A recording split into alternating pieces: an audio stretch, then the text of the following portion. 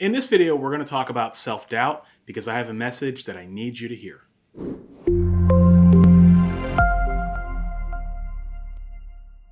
What's up, guys? Michael Laurent here with Author Level Up, helping you master the craft of writing. And if it's your first time here, don't forget to click that subscribe button and click that little bell, ding, ding, ding, to get notifications every time I have a new writing video.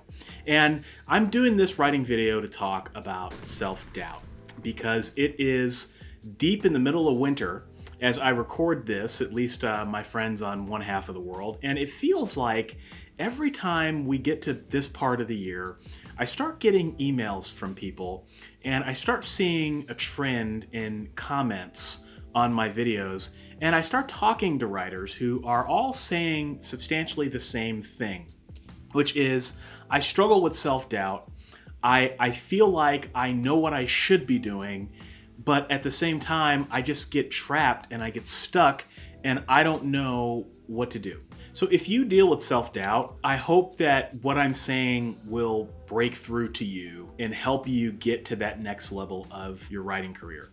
Here's the thing. When you start off as a writer, you have two big challenges. And if you can get through these two challenges, the entire universe opens up to you. The devil lies in the details. The first challenge is deciding to become a writer. So you want to become a writer, but you just have a struggle to sit down in the chair and actually declare to yourself that you're a writer. That's the hard part. Now, many of you watching don't have that problem because you've already made that declaration to yourself and you've sat down and started working on your first book. The second struggle is finishing that first book. That is everything when you are a new writer, because all the stuff I talk about on this channel in terms of writing faster, being more productive, some of the things I've been talking about with automation and the future of writing and mastering your writing app, none of that has any relevance to you until and unless you learn to write that first book. So if you are in the middle of that first book, or you've started a few books and you just can't get there, this is your biggest challenge. If you do not solve this problem, you will not have a writing career because you will not be able to finish or publish your first book. Many of you hear this voice in your head, and what ends up happening is that you get trapped in the theater of your own mind. It's like being stuck in a movie theater and you're watching the same movie over and over again, and that movie is telling you that you cannot become a writer. You don't have what it takes. Nothing you write is going to be good enough. And your critical voice is going to come up with all sorts of excuses to throw at you. But let me give you a cheesy analogy, because and I say this, I say this from love, okay? Because I have had to deal with the same problems, all right? You're stuck in this movie theater of your own mind, and they're playing this movie. There's nobody holding a gun to your head saying that you have to watch that movie, right? Like, you can get up, walk out of the movie theater and into the sunshine where the whole world is waiting for you. But when you're stuck in that theater, it feels like you are legitimately stuck, all right? And writing is, in a sense, being alone in a room with your thoughts. It's you and it's your thoughts. And if you don't like what you hear, know that you can change the thoughts. You can change those thoughts. You can change those thoughts that are saying you don't have this, you don't have that, you can't do this, you can't do that, to something more positive. Now, am I sitting here saying, you change your thoughts, you change your life, you'll become a bestseller? No, but remember that if you're going to be in a room making stuff up and harnessing those thoughts that you have, shouldn't they be pleasant ones? I mean, don't you owe that to yourself? Make sure that you're enjoying what you're doing. I have a theory. And my theory is that writing, when you become a writer, you become a child again. And when you sit down to write, you become a child, for just a short period of time. And when you become a child, you go back to your childhood. And unfortunately, that's a good thing, but unfortunately, there's a lot of things in your childhood that happened in baggage that also comes back to the surface. So when you're hearing that little voice that says you can't do this or you can't do that, My theory is that it's probably something that happened in your childhood that you have to wrestle with. Like I certainly have had my issues, and I've talked about them in my books and on my YouTube channel. And I think if you can wrestle with those issues, it will help you.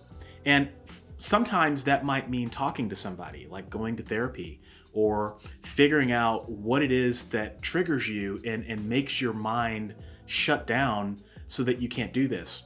Because the majority of the problems that you have in the writing life are actually not, like they're not, like you can learn how to write a better book. Like you can learn how to market a book. You can learn how to run a business. Like none of that stuff is particularly hard, but the mental struggles are by far the most difficult struggles you will ever have to deal with as a writer. And if you can't get those under control in the beginning, you're going to struggle throughout your career. And so why not take the time now to figure out what those issues are? Because when you finish that first book, everything changes.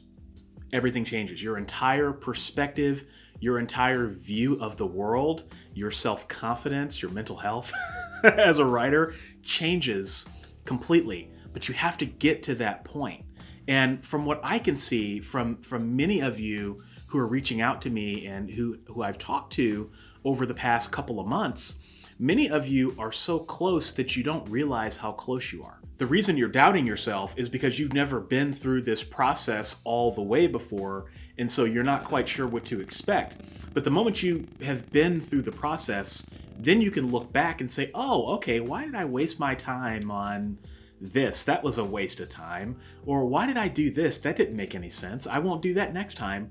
And so then the next book you write, you'll write it a lot easier, you'll write it faster, and all that mental fog and that self-doubt and that fear is not going to be as present the first time. And when you start confronting your fear, here's what's going to happen, all right? Because I know that many of you are going to watch this video, and maybe something I've said has connected with you. And then you're going to be like, okay, I'm pumped, I'm going to do this, and then you're going to sit down at your computer and you're going to forget everything I just said.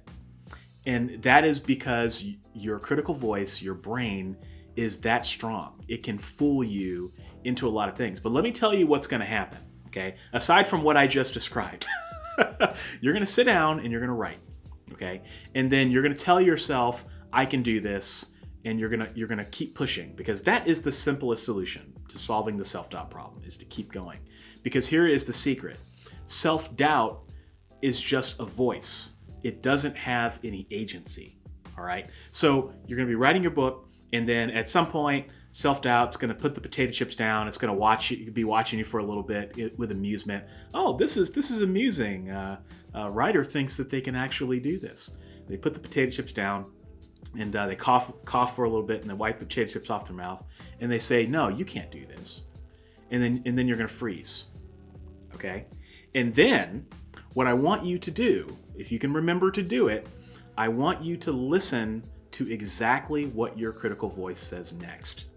Because what it says next is all of that problems in your childhood and with your personality and things that have happened in your life that are going to come bubbling up to the surface in that exact instant. It's going to tell you exactly what the diagnostic is, all right? And then what I want you to do is pay attention to that. And then I want you to keep going. And then what's going to happen is your critical voice is going to get angry. It's going to get really angry. And it's going to start saying, no, what are you doing? This is horrible. Your writing is awful. You're never going to be able to do this. No one's ever going to buy it. All these excuses, okay? And you're going to hear the volume of the critical voice go up. It's going to go up, and it's going to start screaming at you. It's going to start yelling at you. All you have to do is keep moving forward. Because what you're going to find is that it can yell, it can say all the horrible things, but it can't actually stop you. And the moment you realize that its words have no power over you, then it gets really scared. Then it starts cursing at you. Then it starts pulling out, this weird stuff that, all this stuff starts coming to the surface. And that's exactly what you need to happen. The louder the voice gets, that means the closer you're getting, and that means that you're doing something right.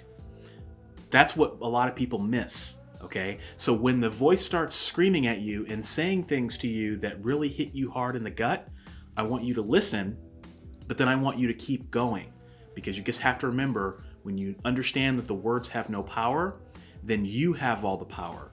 And then you can start changing your thoughts, and then you can send the critical voice back to the corner and eat potato chips and leave you alone. Just remember that you don't decide how good the work is. An editor doesn't decide how good the work is. Put all of that aside and remember that readers decide how good the work is. And, I know some of you are going to be thinking, but, what if I do write a bad book? Or, what if my writing could be better? Or, what if I make a mistake in publishing my first book? Well, here's the thing. You don't have a baseline if it's your first book. You have no comparison to make. So get yourself a baseline, publish the first book, and, readers might not buy it. They might not buy that book. But if they don't buy it, then no one's ever going to know that you wrote a bad book, right? You can just write the next one, and you can learn the lessons that you need to learn and get better as a writer. But as I said, everything changes when you publish your first book. That should be the first finish line that you race to, because like I said, it's the equivalent of getting up from that movie theater, walking out and into the sunshine where everything is possible and the entire world is your oyster. All right, so just keep going. I know it seems hard, especially this time of the year. COVID certainly isn't helping, but once COVID goes away, this problem will still exist. And self-doubt is a problem that you will have to deal with at some point throughout your career, and it is an ever-morphing issue. Let me know what you think in the comments, and let me know what your struggles are with self-doubt so we can all learn from each other, because like I said, it is tough. Take care, guys. Keep writing, and I'll talk to you in the next video.